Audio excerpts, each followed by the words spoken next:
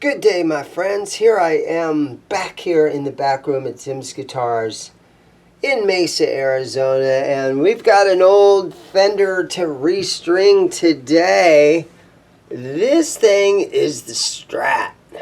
It's got the old Fender USA with the micro tilt function on the back here. I believe it's from 1991. If we're looking at the serial number, you can see it starts with a 91. You got the 3 springs on here. The claw is tightened as tight as it will go. Old school Kaler. He wants it locked down. He doesn't want it to move around. He's not doing dive bombs or anything like that. And up here at the top, it's got the locking nut, but he doesn't have the little pieces that go in there to lock the strings down. So there's no dive bombing that's going to go on with this guitar. This is a customer's guitar. It's not for sale. I do have a lot of guitars for sale, and you can check out my website at zimmsguitars.net. If you're in any of my videos, you can, I think it's easy enough to get to my website from any of my videos. Look in the description down below.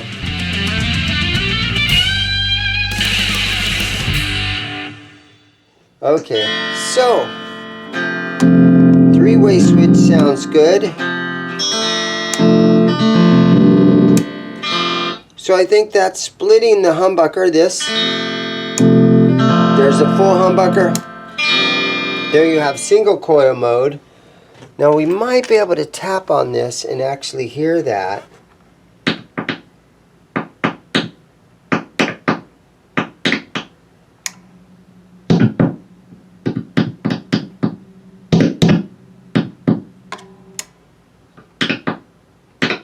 Maybe not.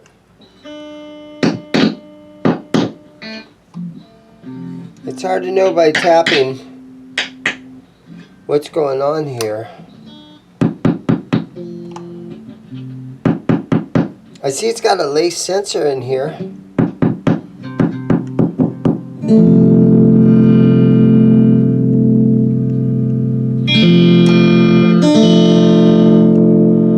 So the tone control is hooked up and everything seems to be working nice. Really old USA Kaler. Guys don't get these Kalers. A lot of guys love them. Some guys hate them. I guess if you take the arm out and just use it as a regular bridge with no and have it locked down like that, you don't have tuning instability and stuff like that. And so my phone's been ringing. Customers are coming in and out. And I'm in the store by myself today. And I still try to make YouTube videos while all this stuff is going on. But yeah, so let's get back to this. This tone really feels like it adds a lot of volume. So I'm not 100% what's going on with that tone switch right there. You see a nice little crack in the finish right here. It's kind of a beat up guitar, but you know what? I love these that way. I love guitars that are in this condition. The one thing that kind of ruins a guitar for me is cracks like this in the body. That doesn't matter to me. What ruins it for me is if you have any big chunks or anything out of the back of the neck. And this one feels nice. These strings are so old. You can see maple neck, maple fingerboard. Let's get these old strings off of here so we can get an up-close look at this fretboard.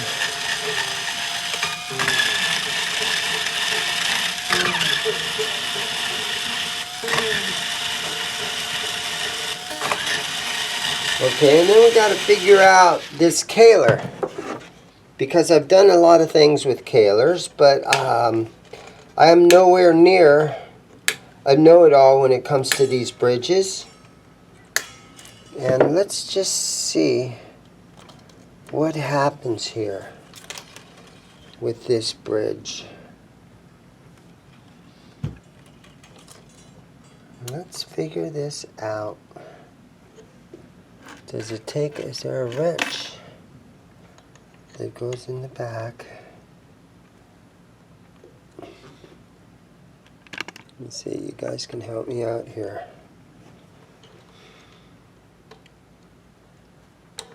Okay.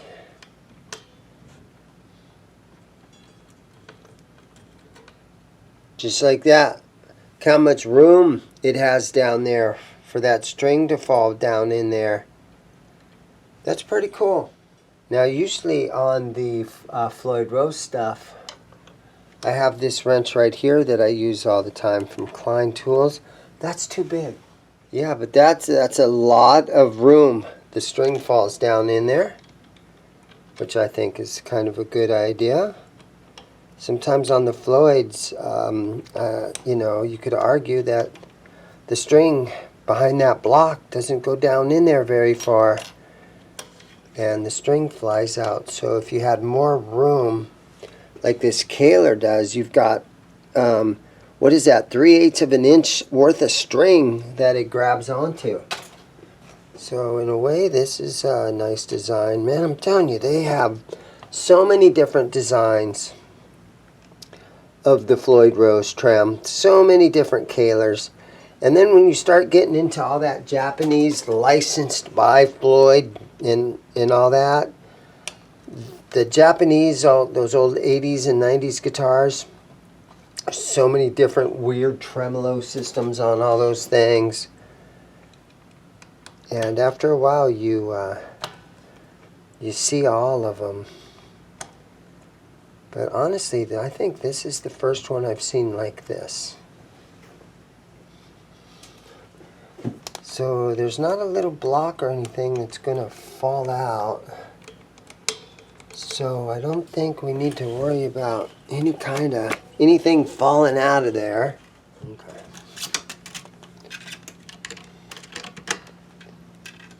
Got the ball ends down here on this side, which I guess is okay.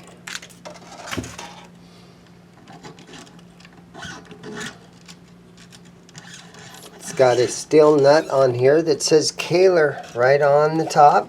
Some people love Kaler, but a lot of guitar players, you know, once they get used to something, then they kind of want all their guitars to have that same something to make it easier.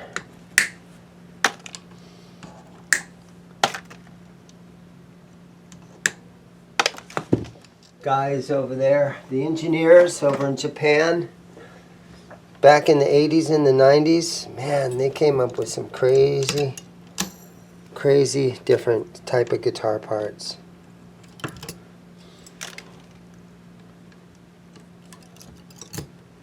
Okay, lot of dust on that thing. Throw that out. Just tons of dust in there. I could almost, you know, take a vacuum to this thing. So I know that some of these guitars were called the Strat, and others were just Strat. Leave it in the comments what you guys think about this guitar. It's our back of the headstock here, and we're looking at Grover tuners.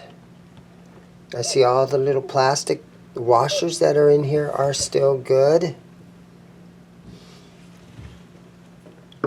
And the buttons, you know, you can take a Phillips screwdriver and very, very lightly snug these buttons back down on here.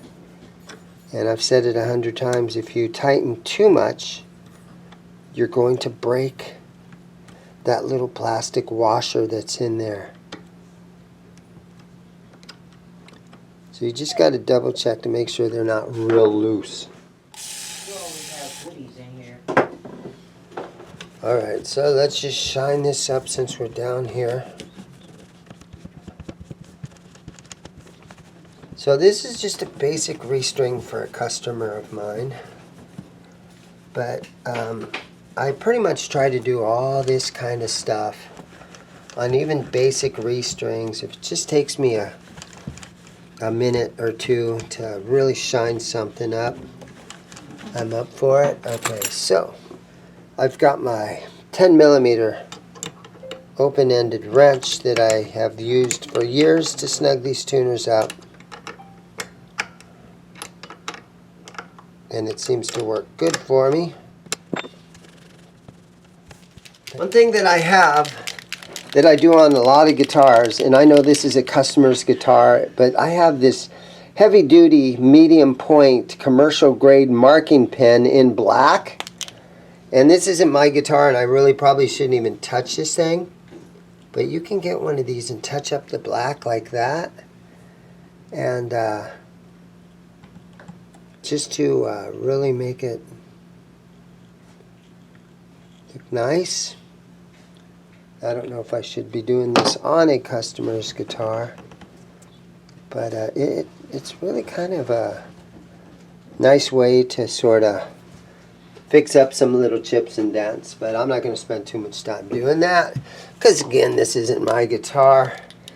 But on a lot of those old guitar resurrection videos and stuff, when I put together old guitars and try to get them back, keep out of reach of children, and I feel like a kid sometimes.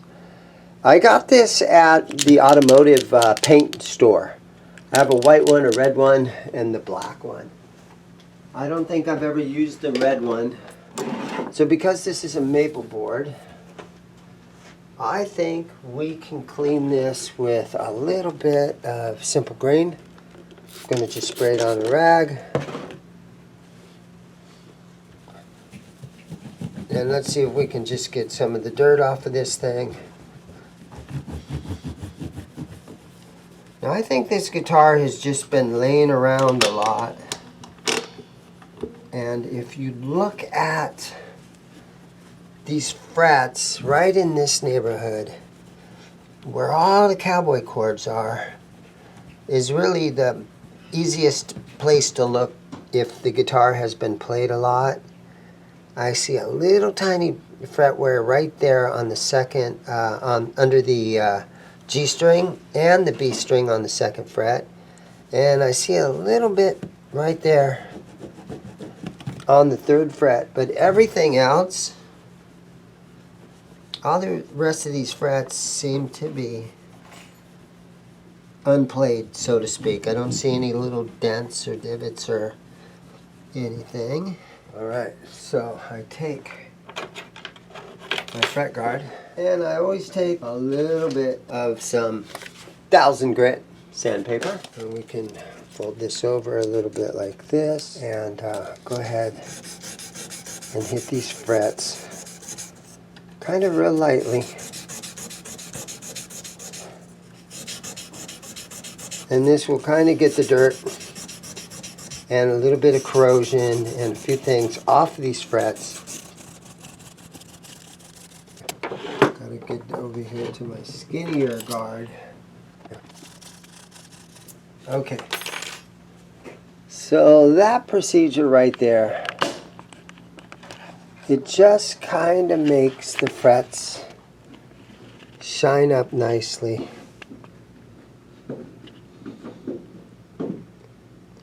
And it overall does a really good job. It's way less expensive than the StewMac microfiber pads. And it does a pretty good job. So that's my average sort of treatment that I do right here. Now I do see a little bit of dirt shoved in here and a little bit right there. So let me kind of clean on that area a little bit more.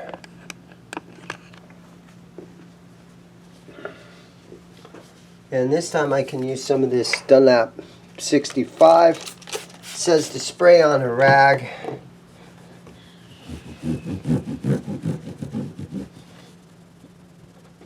Guitar polish and cleaner.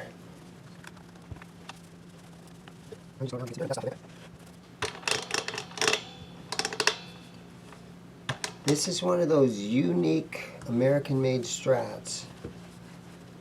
And I think the story in 1991, and you guys can help me out with this story, I believe 90 or 91 was the year that Fender took over Jackson guitars. Now Fender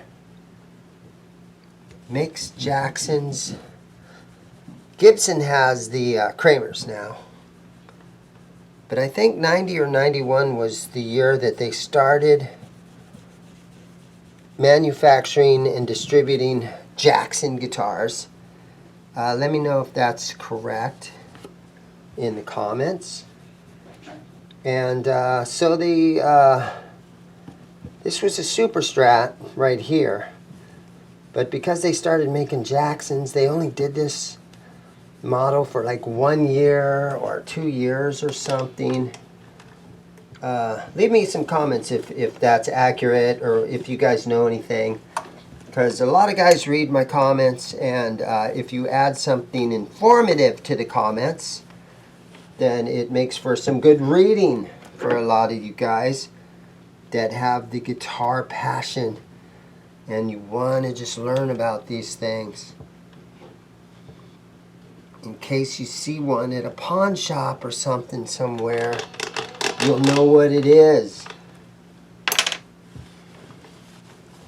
Okay. There we go. Clean fretboard. Okay, so right here I'm noticing that the G string is very far forward. So I'm going to loosen this saddle right here and see if I can move that back.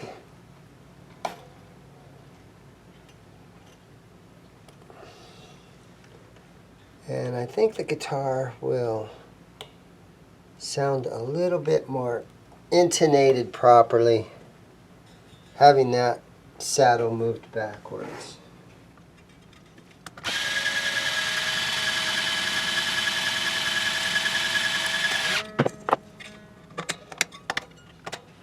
Okay, let's tune this thing up. It's going a half step down, E flat tuning. So my A string is at a G sharp.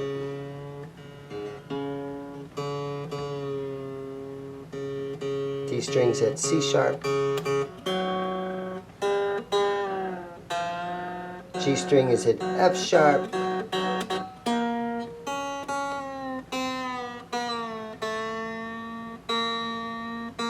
B string's at A sharp. Alright, and so like I always do, throw it up on my knee.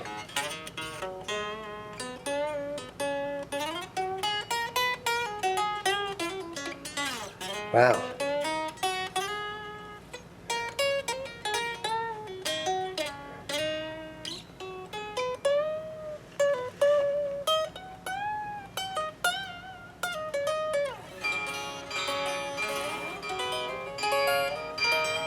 This thing feels great.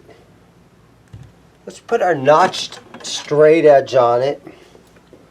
Long scale guitar.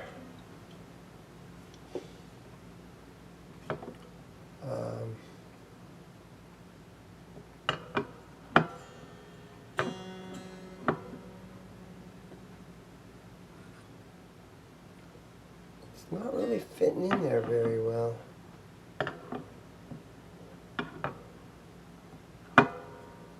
There we go. It's got a little bit of neck relief in it. I'm going to leave it right there. Seems good. Let's take this back plate off and we'll spray the electronics out just to get any possible. They were working good, but this will get any of the dust that's been out of it, because this thing is really dusty.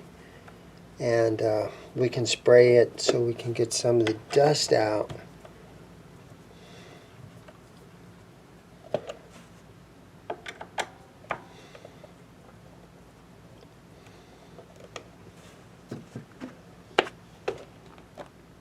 Okay. Yeah, so this tone control, we can see that it definitely did something. There's some nice electronics in here. It's sort of turned. Okay, well, I usually try to move them around if the electronics are right up, or if all the contacts are right up against the side there. But yeah, you can see that there's a couple little, I knew there was something going on with this tone control because it's got a couple of little electronic pieces hooked to it. And so maybe it's some sort of a treble bleed or something like that. I was hearing something when we were testing the electronics. This is what I use to clean the electronics out. I can buy this stuff at AutoZone for 10 or 12 bucks a can. Just going to spray on this stuff a little bit. I think the most important part was the volume pot. Yeah, but this has some really nice, and again, when I'm moving this tone knob around, I could feel that it's got a notch right in the center, right on 5. And this will kind of boost your makes it full sounding. And you can, so yeah, it's got a really cool stacked tone knob of some sort. And we can just spray it to get the dust off of it. So yeah, this was a quality American-made guitar from 1991.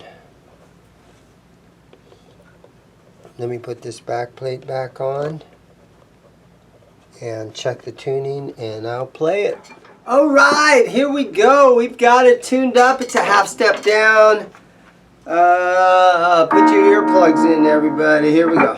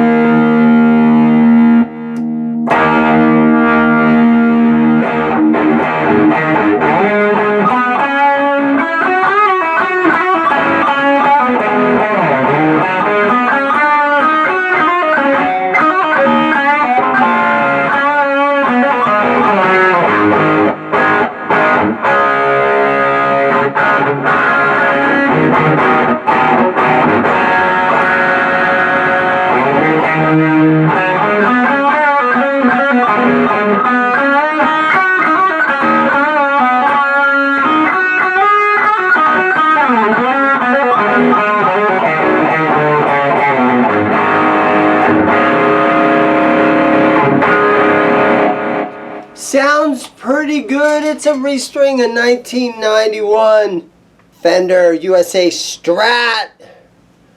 Thank you guys for watching. Sorry about that horrible playing. I'm a bass player in the band I'm in. You know, but thanks again for watching. I hope you had your earplugs in for that last part right there. But remember guys, go out and have a great day. Buy a guitar. Go back home, little fella. I wish I could keep you, but I just can't.